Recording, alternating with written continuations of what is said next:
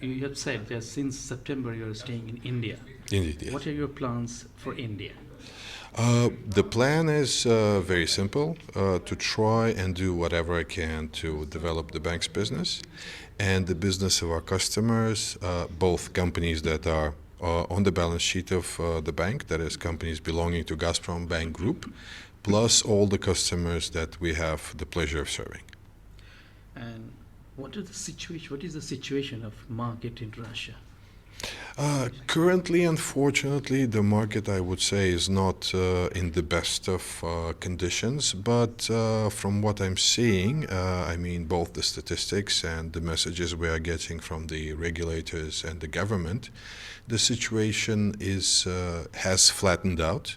And I believe from now on, the only way is up, definitely. And in the last of this month, Indian Prime Minister will be visiting Russia, Moscow. Do you think that this visit will really foster India-Russia relations? I think all contacts, especially contacts at the very high levels of government, are, say, there, and they are improving relations, improving the conditions, and improving the environment for doing business. And I believe that the visit of Mr. Modi will definitely bring something new into the relationship, both economic and political, between Russia and India. Especially now that Russia is, being hurt to some extent by sanctions, I believe this creates new opportunities for India, as well as Indian businesses, to export out of India into Russia and to buy the things they need in Russia. Modi has a Make in India campaign. Are you financing any defense projects for Modi's Make in India campaign? At this time, I'm not so sure because, as you know, this is a rather sensitive area of business. But historically, we have supported exports of all hardware out of Russia into India, including. So I'm sure that if one of our customers gets involved in, say, Make in India, to manufacture something locally or to provide repairs and maintenance services to Russian exported hardware, the bank will be there to support it. Definitely. And on my part, I will try to do as much as possible to promote that. I mean, not just on the military side, but in the civilian terms as well. Be that shipbuilding, petrochemicals, exports of gas, building of regasification facilities, exports of oil, building of pipelines, you name it, infrastructure.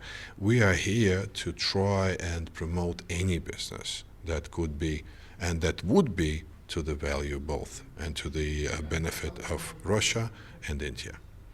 Since you have said that Indian regulatory norms are complicated, what are the main points you just trying to No, stress? what I'm trying to say is actually, for me, being relatively new to this country, some things seem maybe more complicated than they are in real life.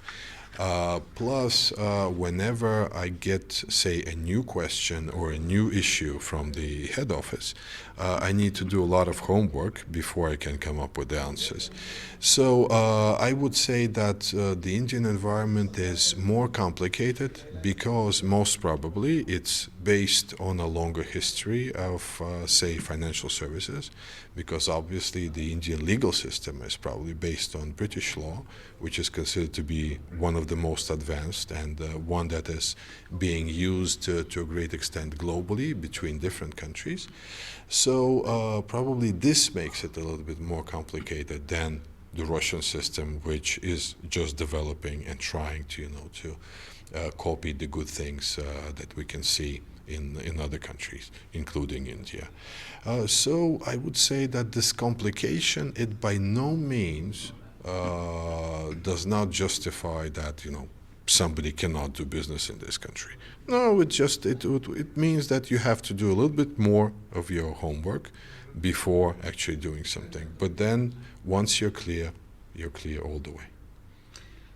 Apart from Europe, I think Asia is the main focus of business or whatever of Russia. Especially now, I would say yes, because after the sanctions regime has been introduced, we have understood that we have put a lot of emphasis, we have put many eggs in the European basket. And once that basket was more or less cut off from us, we found ourselves in a rather difficult situation. So I think historically, Russia has been looking two ways: to the West, to Europe, and to the East, to Asia. That's where we're getting the double-headed eagle. But I think that now we should put more emphasis on developing in Asia for two reasons. One of them is because you need to have equal access to both sides of the markets.